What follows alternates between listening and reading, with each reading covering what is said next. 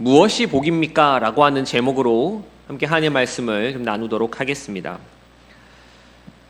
송구영신 예배를 드린 지가 엊그제 같은데 새해가 시작된 지 벌써 일주일을 넘어서 8일째가 되었습니다. 우리나라에서는 새해가 되면 항상 남녀노소를 불문하고 서로가 서로 간에 하는 인사가 있습니다. 어떤 인사일까요? 새해 복 많이 받으세요 라고 하는 인사입니다. 2025년이 되면서 저 역시 성도님들께 새해 복 많이 받으시라는 그런 인사를 받았고, 저 역시 성도님들께 새해 복 많이 받으시라는 그러한 인사를 드렸었습니다. 새해 복 많이 받으세요라는 이 인사는 비단 한 해만, 2024년에서 2025년을 넘어가는 이러한 이 한 해만 하는 것이 아니라 매년 계속되는 인사인데, 이를 근거로 생각해 보면 참 모든 사람은 복을 받고 싶어 하는구나, 복을 받으라 라고 하는 이야기가 덕담이 될 만큼 우리는 복이라고 하는 것을 원하고 또 가지고 싶어 하는구나 라고 생각할 수 있을 것 같습니다. 복을 받고 싶어 하는 것은 신자나 불신자나 교회에 다니는 성도나 다니지 않는 이들이나 모두 마찬가지라고 할 수 있습니다. 그럼 여기서 제가 하나 여쭤보도록 하겠습니다. 성도님들께서는 무엇이 복이라고 생각을 하십니까? 새해 복 많이 받으세요 라는 인사를 할 때 그 담긴 복이라고 하는 의미를 어떻게 이해하시고 해석하시는가 라고 하는 질문입니다. 재산이 많은 것이 복입니까? 돈이 많고 내가 가지고 있는 건물과 땅과 집에 재산이 올라서 소득이 늘어나는 것이 복입니까?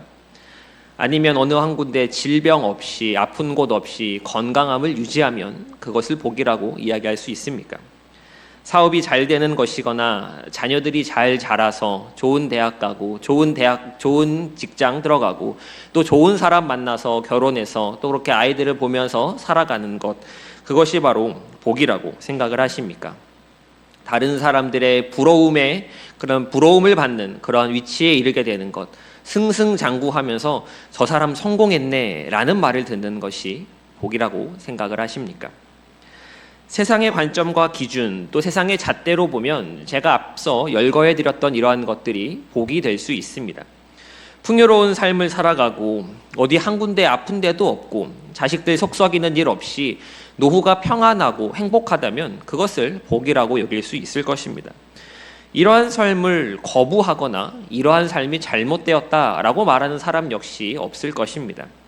그런데 이것을 성도가 가지고 있는 복에 대한 생각이라고 말하는 것이 정말 맞는 것입니까?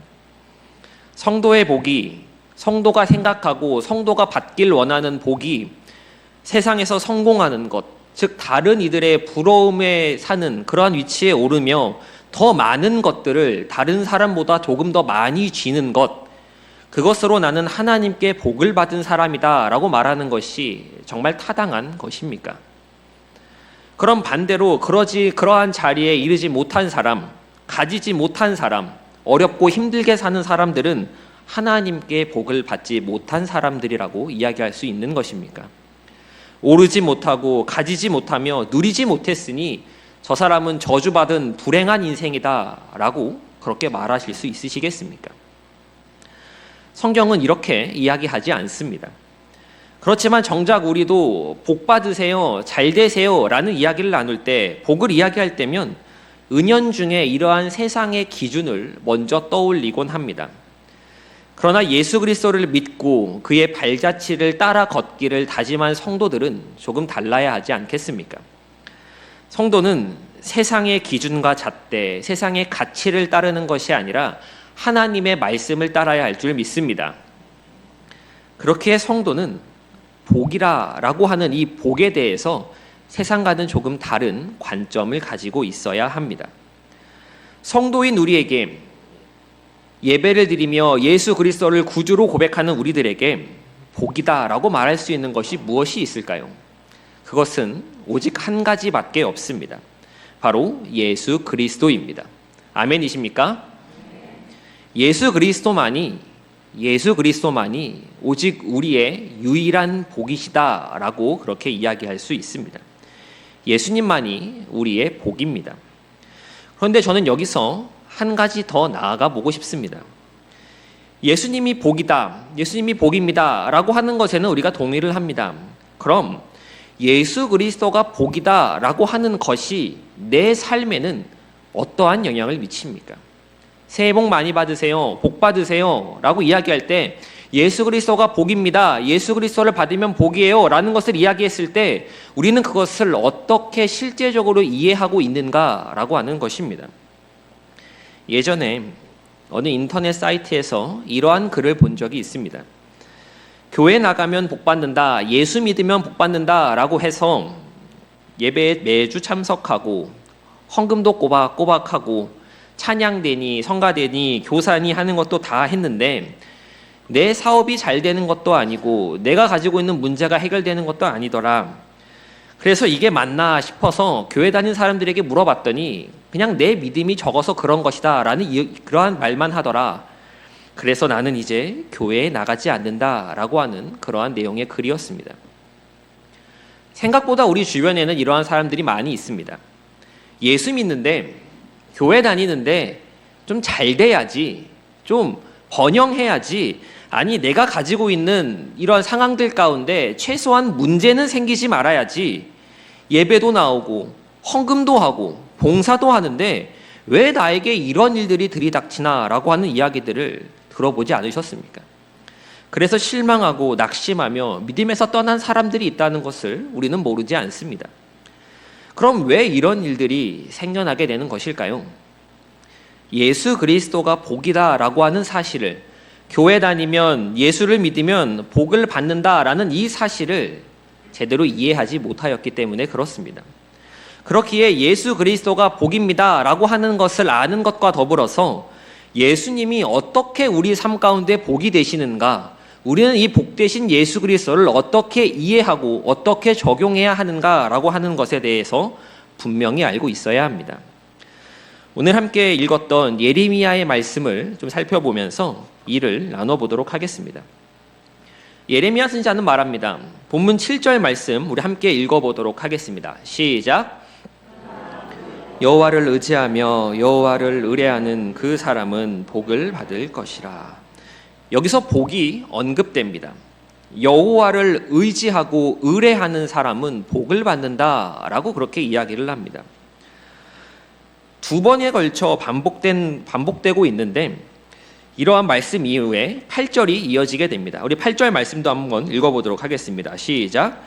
그는 물가에 심어진 나무가 그 뿌리를 강변에 뻗치고 더위가 올지라도 아니하며 그 잎이 청청하며 가무는 해에도 걱정이 없고 결실이 그치지 아니함 같으리라. 예레미야 선지자는 여호와를 의지하고 의뢰한 사람들이 복을 받는데 어떠한 복을 받는가라고 한다면 물가에 심어진 나무와 같은 복을 받는다라고 이야기하고 있습니다. 어디에 심어진 나무입니까? 물가에 심어진 나무입니다. 이 물가에 심어진 나무가 어떠한 복을 받았는지에 대해서 이렇게 설명을 합니다. 물가에 심어진 나무는 그 뿌리가 강변에 뻗쳐 있어서 더위가 올지라도 두려워하지 아니하고 그 잎이 청청하여 가무는 해에도 걱정이 없고 결실이 그치지 않는다라고 말합니다. 여호와를 의지하고 의뢰하는 사람이 이와 같을 것이다 라고 예레미야 선지자는 말하고 있는 것입니다. 특별히 이 축복들 가운데 가무는 해에도 걱정이 없다라는 것을 보면 다른 사람들은 잘 안 되고 다른 사람들이 힘겹다라고 말하는 그러한 때에도 나는 걱정이 없을 뿐더러 그 와중에 결실까지 맺는다고 하니 실로 엄청난 축복의 말씀이 아닐 수 없습니다. 많은 사람들이 이러한 이 복을 보면서 이 축복에 초점을 맞추고 나도 이러한 복을 받았으면 좋겠다라고 생각을 합니다. 더위가 올지라도 두려워하지 아니하고 잎이 청청하며 가무는 해에도 걱정이 없고 결실이 그치지 아니하는 복이 좀 우리 집안에 또 우리 직장에 좀 사업장과 일터 가운데 좀 있었으면 좋겠다라고 생각을 하는 것입니다. 그런데 여기에서 이 말씀을 보면 예수 그리스도가 복이십니다, 예수 그리스도가 복입니다 라고 하는 것을 어떻게 이해해 볼 수 있겠습니까? 여기에서는 복이 아니고 다른 말씀에 가서야 예수 그리스도가 복이 되는 것일까요? 그렇지 않습니다. 예레미야 17장 7절과 8절 말씀에서도 여전히 예수 그리스도께서는 복이 되심을 성경은 증언하고 있습니다. 그럼 우리는 이 말씀을 보면서 무엇을 놓치고 있는 것일까요? 이 문제를 풀기 위해서 먼저 살펴보고 좀 생각해 봐야 하는 내용이 있습니다. 이 부분이 선행돼야만 이 복의 말씀, 복의 의미를 바르게 이해할 수 있습니다. 두 가지를 좀 나누어 볼 텐데 답을 찾기 위해서 먼저 이 내용들을 짚어보도록 하겠습니다. 첫 번째 부분은 7절에 있습니다. 예레미야 선지자는 어떠한 사람이 복을 받는다라고 이야기를 했습니까? 여호와를 의지하고 의뢰하는 사람이 복을 받는다라고 이야기를 했습니다. 성경에서 비슷한 말을 두 번에 걸쳐 쓴다라고 하는 것은 명백한 강조의 의미를 갖습니다. 예를 들어서 예수님께서 말씀하실 때에 진실로 진실로 내게 이르노니 라고 할 때 이렇게 진실로가 두 번 반복되는 것은 명백한 강조의 의미다라고 할 수 있습니다. 그렇기에 여호와를 의지하고 의뢰하는 사람이라고 할 때 이것은 복을 받는 사람이 아무나가 아님을 가리킵니다. 여호와를 의지하고 의뢰하는 사람만이 복을 받는다라고 하는 것을 내포하고 있는 것입니다.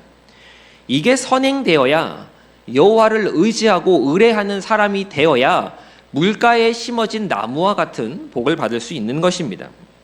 이 부분이 정말 중요한데 가지는 중요성에 비해서 그닥 주목이 되지 않는 것 같습니다. 비유하자면 마치 이런 것과 같습니다. 자녀들에게 너 이번 시험에 100점 맞으면 원하는 걸 사줄게 라고 이야기했는데 자녀가 공부할 생각은 안 하고 무엇을 사지? 무엇을 사달라고 하지? 라고 생각하는 것과 같다라고 이야기할 수 있는 것입니다. 성도 여러분들께서는 하나님을 얼마나 믿으십니까? 얼마나 하나님을 의지하고 또 의뢰하고 계십니까? 과거 저는 제가 하나님을 참 잘 믿고 있다라고 생각한 적이 있었습니다. 저는 모태신앙으로 태어나서 교회에 빠진 적도 없고 그렇게 계명에 어긋나게 살지도 않았으며 교회 안에서 순종하며 그렇게 착하게 자랐습니다. 교회 봉사도 많이 했고 전도상을 받을 정도로 전도도 열심히 했습니다. 이 정도면 좀 괜찮지 않을까? 대학교도 저는 신학과로 바로 갔었으니 열심히 특출난 그러한 사람들에 비하면 조금 부족할 수 있겠으나 그래도 나 정도면 어디 가서 신앙생활 잘했다라고 그렇게 이야기할 수 있는 잘 믿는 편이라고 저는 제가 그렇게 생각을 했었습니다. 그런데 제가 상상할 수 없었던 정말 기가 막힌 웅덩이에 빠지게 되고 예상할 수 없었던 커다란 문제가 제 삶 가운데로 덮쳐오자 저는 그제서야 제가 가지고 있던 믿음이라고 하는 것이 참 보잘것없고 별것 없는 것이었구나라고 하는 것을 알게 되었습니다. 큰 문제 앞에서 들었던 생각은 하나님과 함께 이 문제를 해결해보자라는 것이 아니라 와 이게 뭐지? 하나님이 나한테 이럴 수 있나? 하나님이 어쩜 나한테 이러실 수가 있지? 라는 생각이었습니다. 제가 이렇게 큰 일을 겪고 나서 보니까 알게 되는 것이 사람들은 생각보다 자신의 믿음을 과신하고 있다라고 하는 것입니다. 성도 여러분, 하나님을 믿는다라고 하는 것은 무척이나 어려운 일입니다.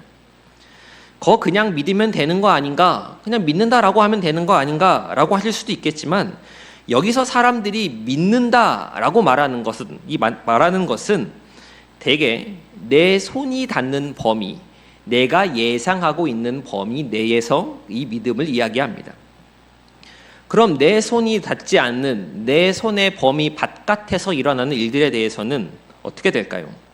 그러한 일들이 내 삶 가운데 덮쳐오면 1차적으로 생각이 멈춥니다. 사고가 정지되어서 그냥 어벙벙해진다라고 이야기를 하죠. 1차적으로 그렇게 되고 2차적으로는 원망이 튀어나오게 됩니다. 성경에도 비슷한 사례를 볼 수 있습니다. 바로 엘리야의 사례입니다. 엘리야가 누굽니까? 갈멜산에서 바알과 아세라 선지자 450명과 400명 이들과 대결했던 하나님의 위대했던 선지자 아닙니까? 그가 갈멜산 대결에서 바알과 아세라의 선지자들을 무찌르고 그 다음에 어떠한 행동을 했는지 기억이 나십니까?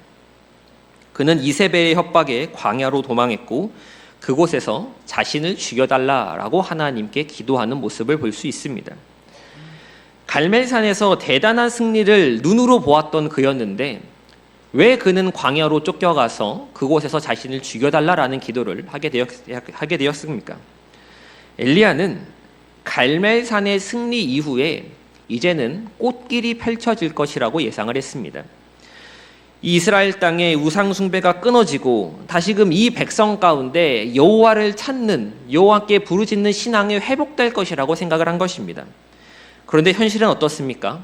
여전히 백성들은 갈팡질팡하고 있고 이 수개인 이세벨은 살기등등하게 버티고 있습니다. 오히려 자신을 죽인다라는 이야기를 전해 듣게 됩니다. 그런데 우리가 이 내용들을 조금만 생각을 해보면 이세벨이 사신을 보냈다, 이세벨이 엘리야에게 사람을 보냈다라고 하는 것이 참 웃긴 일입니다. 엘리야를 죽이겠다라고 마음을 먹었더라면 그냥 사신 대신에 암살자를 보내면 되는 것 아닙니까? 사신을 보냈다, 사람을 보냈다라고 하는 것은 엘리야가 어디 있는지를 어느 정도 알고 있다라는 것인데 왜 바로 죽이지 않고 언제쯤 죽이겠다라고 그렇게 협박을 합니까? 이것은 마치 겁에 질린 개가 먼저 짖는 것과 같습니다. 즉 진짜 겁먹고 움츠러든 사람은 이세벨이라는 이야기입니다. 왜 이세벨이 그렇게 되겠습니까? 남편 아합에게 모든 상황들을 들었기 때문입니다. 바알과 아세라의 선자들은 모두 실패했다. 그들은 모두 죽임을 당했고 엘리야가 기도하니 하늘에서 불이 떨어져서 제물을 태웠고 이 모든 광경을 백성들이 보았다. 거기 있던 바알과 아세라의 선지자들은 한 명도 살아남지 못했고 엘리야가 기도하자 비가 내리기 시작했다라는 사실, 이 사실을 이세벨이 하나도 몰랐겠습니까? 그러니 이세벨이 무슨 생각을 하겠습니까? 다음 차례는 나겠구나라는 그런 생각하지 않겠습니까? 그러니 괜히 엘리야에게 사람을 보내서 협박이나 하고 있는 것입니다. 그런데 엘리야는 이 협박에 놀라 도망합니다. 이 갈멜살 사건으로 이제 끝나야 하는데, 꽃길이 열려야 하는데, 내 예상과 맞아 떨어져야 하는데 그렇지 않은 것입니다. 하나님을 믿었고 하나님의 역사하심도 보았지만 이제 다 끝났다라고 하는 내 예상에서 벗어나자 그는 사고가 정지했고 두려움이 임하는 것입니다. 성도 여러분, 교회 생활을 하면서 또 믿음의 여정을 걸어가면서 하나님을 의지한다라고 하는 것, 하나님을 의뢰한다라고 하는 것, 하나님을 믿는다라고 하는 것, 이것은 절대 뜬구름 잡는 식의 이야기가 아닙니다. 이것들은 무척이나 현실적인 이야기입니다. 하나님이 어떻게 이끌어 가시든, 어떠한 방향에 어떠한 환경으로 나를 매몰시든 하나님을 전적으로 확신하고 신뢰한다는 말이기 때문입니다. 어떠한 환경 속에서라도, 어떠한 갈림길에서라도 하나님을 믿고 하나님을 의지하며 내 앞에 보기에는 여기가 가시밭길 같고 저쪽이 풍요롭고 넓은 길 같지만 왜 하나님은 여기로 인도하시는가? 그리고 하나님을 믿음으로 그 길을 나아가는 것, 그것이 바로 하나님을 의지하고 의뢰하는 것입니다. 그렇게 하나님을 확신하고 신뢰하는 사람에게 임하는 복이 바로 물가에 심겨진 나무가 받는 복, 8절에 나타나는 복인 것입니다. 그런데 죄인인 우리가 하나님을 온전히 신뢰하고 하나님을 온전히 확신할 수 있겠습니까? 그것은 불가능합니다. 그럼 8절에 나오는 물가에 심겨진 나무와 같은 복은 어떻게 되는 것입니까? 여호와를 의지하고 의뢰하는 사람이 그러한 복을 받을 수 있는데 나는 그러한 복을 받을 자격조차 되지 않으니 예레미야 17장 8절에 나오는 이 물가에 심겨진 나무의 복은 그냥 빛 좋은 게살구, 그림의 떡과 같은 복일 뿐입니까? 근데 그건 또 그렇지 않습니다. 우리는 이 복을 받을 수 있고 우리는 이 복을 받으며 살아가고 있습니다. 죄인인 우리가 이것이 어떻게 가능해지는 것일까요? 불가능한 것을 가능케 하는 것이 있기에 그것이 가능합니다. 불가능한 것을 가능케 하는 것, 우리는 그것을 가리켜서 은혜라고 말합니다. 우리가 가지고 있는 믿음, 내가 신앙생활을 얼마나 했고 몇십 년 교회를 다녔고 내 직분이 무엇이고를 떠나서 우리가 가지고 있는 믿음은 젖은 종이보다 약하고 기름 종이보다도 얇아서 조금만 힘을 줘도 바로 찢어지고 구멍이 날 정도로 볼품없지만 우리는 예수 그리스도의 대속의 은혜로 또 그분이 보내주신 보혜사 성령의 능력으로 하나님을 의지하고 의뢰할 수 있게 되는 것입니다. 내가 내 힘으로, 내 의지로 하나님을 의지하고 의뢰하는 것이 아닙니다. 하나님께서 또 예수 그리스도의 그 은혜로 덮어주시기에, 긍휼로 우리의 삶을 감싸주시기에 우리는 하나님을 의지하고 의뢰할 수 있는 것입니다. 그래서 말장난 같지만 우리는 복을 받기도 전에 이미 복을 받은 사람들입니다. 우리 옆에 분들 보시면서 함께 축복해 보도록 하겠습니다. 이미 복을 받은 사람들이십니다. 자격 없는 내게 자격을 주신 것, 그 자리로 나아갈 수 없는 나에게 그러한 자리로 이끌어 주신 것, 이것이 바로 예수 그리스도가 복입니다 라고 하는 것의 시작점입니다. 사랑하는 성도 여러분, 복을 받고 싶으십니까? 이미 복을 받으셨습니다. 이미 상상할 수조차 없는 큰 복을 우리는 이미 받았습니다. 죄인이 자녀가 되었는데, 죄의 노예가 하나님의 백성이 되었는데, 이것보다 더 무엇을 말할 수 있겠습니까? 우리가 이 땅 가운데서 받고자 하고 원하는 이 잘됨이라고 하는 것은 우리가 받은 복의 작은 부스러기조차 되지 않습니다. 우리는 상속자가 되었고 하나님의 자녀로서 그분께 받을 유업이 있는 사람들이 되었기 때문입니다. 그렇게 우리는 우리의 잘됨의 복을 생각하고 그것을 원하기보다 먼저 이전에 자녀됨의 복을 받았다라고 하는 사실을 우리는 기억할 수 있어야 할 것입니다. 두 번째 부분을 보도록 하겠습니다. 두 번째 부분은 8절에 나오는 이 물가에 심어진 나무에 대한 내용입니다. 여러분들께서는 물가에 심어진 나무라는 것을 이야기할 때 어떤 이미지가 그려지십니까? 어떤 것을 생각하십니까? 물이 근처에 있으니 그냥 좋겠구나, 그냥 물가에 심겨진 나무니까 말라 죽진 않겠구나 정도로 생각하고 그친다면 뒤에 이어지는 축복의 의미를 잘 이해하지 못합니다. 성도 여러분, 물가에 심어진 나무라고 이야기할 때 이것은 바깥에 있는 나무를 이야기합니다. 어디에 있는 나무를 말한다고요? 바깥에 있는 나무입니다. 어디 비닐하우스나 온실에서 키우는 나무가 아니라 누가 때마다 물 주고 거름 주고 비료 주고 영양제 주어서 쑥쑥 자라나게 하는 그러한 나무가 아니라 바깥 외부에 심겨진 나무다라고 하는 것입니다. 그런데 사람들은 물가에 심겨진 나무를 이야기할 때 아무런 어려움이 없다라는 것으로 그렇게 이해하곤 합니다. 그러나 그렇지 않습니다. 물가에 심겨진 나무에게도 어려움은 여전히 남아 있습니다. 그렇기에 예레미야 선지자는 물가에 심겨진 나무를 이야기할 때 더위가 올지라도 라고 이야기하는 것입니다. 더위가 오지 않는다, 이제 앞으로 승승장구하고 아무것도 걱정이 없게 된다라고 말하지 않습니다. 물가에 심겨진 나무에게도 더위는 찾아옵니다. 어려움이 닥쳐온다라는 이야기입니다. 더위만 있겠습니까? 추운 날도 있을 것이고 때로는 강풍이 불어서 나무의 뿌리가 뽑힐 것만 같은 그런 어려운 때도 있을 것이며 벌레가 꼬여서 정말 귀찮고 힘든 그러한 순간들도 있을 겁니다. 왜 그렇습니까? 나무가 바깥에 있기 때문입니다. 물가에 심겨진 나무와 비슷한 말씀이 있습니다. 시편 23편 1절과 2절의 말씀입니다. 제가 말씀 읽어드리겠습니다.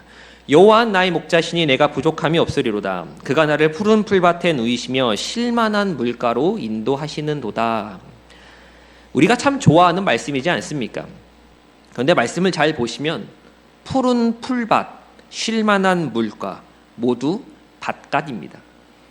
푸른 풀밭과 쉴만한 물가가 있지만 뜯어먹을 풀이 있고 목을 축일 마실 물이 있지만 여전히 잡아먹을 기회를 엿보고 있는 맹수들의 위험이 있고 양들을 훔쳐가려고 하는 도적대들과 같은 외부의 위협에 노출되어 있다는 것입니다. 예수만 믿으면, 교회에 나가기만 하면, 등록 신자만 되면, 세례만 받으면 복을 받아서 내가 가지고 있는 모든 문제가 해결되고 더 이상의 문제가 생기지 않을 것이다 라고 생각하는 것은 올바른 성경적 이해가 아닙니다. 어떤 사람들은 예수님을 믿는다고 하는 것을 마치 부적을 가지고 다니는 것처럼, 수호신을 믿고 있는 것처럼 그렇게 여기기도 합니다. 그러다가 그런 게 아님을 보고 실망하며 떠나기도 합니다. 성도 역시 은연 중에 예수 그리스도를 이렇게 떠올릴 때가 있습니다. 예수님 잘 믿으면 사업이 잘 될 거야. 예수님 잘 믿으면 몸이 건강할 거야. 질병 같은 건 걸리지 않을 거야. 문제가 해결될 거야. 아니, 하다못해 현상 유지는 될 거야. 라고 그렇게 여길 때가 종종 있는 것 같습니다. 그러다 말도 안 되는 일, 기가 막힌 웅덩이에 빠지게 되었을 때, 내 손을 벗어나고 내 예상을 벗어나는 그러한 문제들을 만나게 될 때, 내가 그동안 하나님을 어떻게 섬겼는데 하나님 나에게 이러실 수 있습니까? 라고 원망하게 됩니다. 물가에 심겨진 나무나 푸른 풀밭, 쉴만한 물가에 있는 양들 모두 아무런 문제가 없고 위험이 없다라는 것을 말하는 것이 아닙니다. 여전히 수많은 어려움들이 산적해 있습니다. 그러나 그럼에도 걱정 없이 과실을 맺을 수 있으며 안전하다라고 말할 수 있는 것은 나무가 물가에 심겨졌기 때문이고 이 밭갓에 있는 양들에게 목자가 존재하기 때문입니다. 물은 무엇이고 목자는 누구겠습니까? 바로 생수의 강이 되시는 예수 그리스도, 선한 목자 되시는 예수 그리스도이십니다. 그분과 연결되어 있기에, 그분이 나와 함께 하시며 나를 지켜주시기에 그것만으로도 우리는 어떠한 어려움의 시간이 닥쳐온다 할지라도 감사하며 기뻐함으로 그 문제들을 맞이할 수 있게 되는 것입니다. 이것이 바로 예레미야 17장 7절과 8절에서 말하고 있는 복이며 성도가 복이라고 말할 수 있는 유일한 대상인 예수 그리스도에 대한 설명인 것입니다. 성도 여러분, 신자에게도 어려움은 찾아옵니다. 불과 같은 어려움의 시기가 결코 없어진다라고 가르치지 않습니다. 그러나 그럼에도 불구하고 두려워하지 않고 여전히 그 잎이 청청하며 걱정이 없고 결실이 그치지 않을 수 있는 까닭은 예수 그리스도께서 나와 함께 하시기 때문입니다.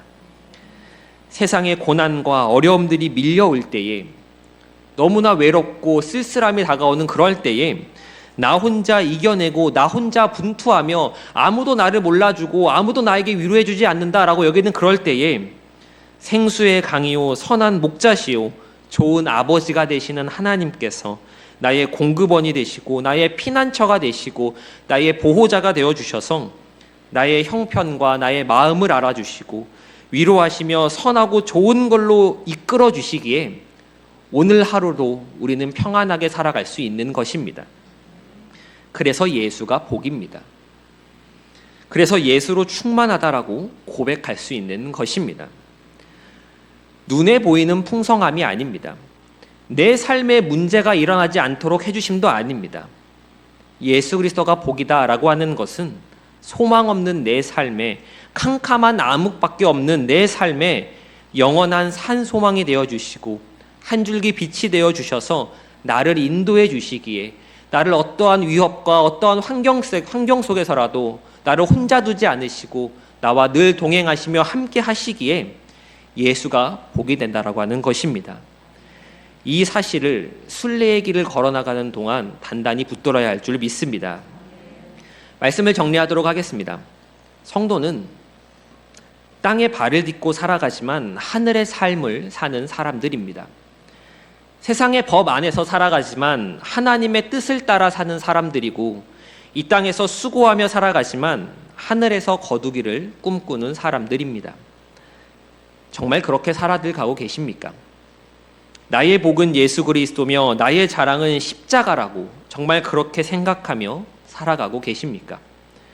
교회는 교회고 직장은 직장이지, 매일의 삶 가운데서 현실은 현실이지라며 내 삶과 내 신앙을 분리시켜서 생각하고 계시진 않으십니까? 삶과 신앙은 늘 함께 가야 합니다. 사도 요한은 요한 3서 1장 2절에서 이렇게 이야기를 합니다. 우리 요한 3서 함께 읽어보도록 하겠습니다. 시작. 사랑하는 자여, 내가 범사에 잘되고 강건하기를 원하노라. 아멘.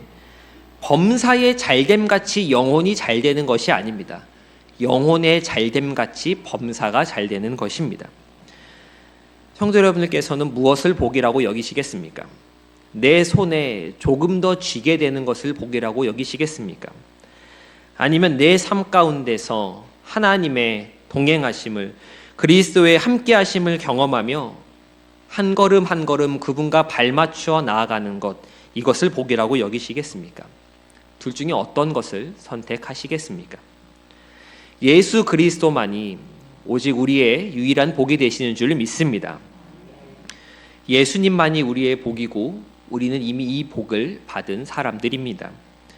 받은 복을 풍성히 누리는가 아니면 누리지 못하고 있는가라고 하는 것은 우리의 몫입니다. 마치 부모님께 신용카드를 받아들고 이 신용카드를 사용하는 것과 신용카드를 주머니에 넣어둔 채 나는 돈이 없어서 아무것도 할 수 없어요 라고 말하는 것과 같습니다. 2025년은 복되신 예수 그리스도를 더욱더 풍성하게 경험하시는 한 해가 되시기를 소망합니다.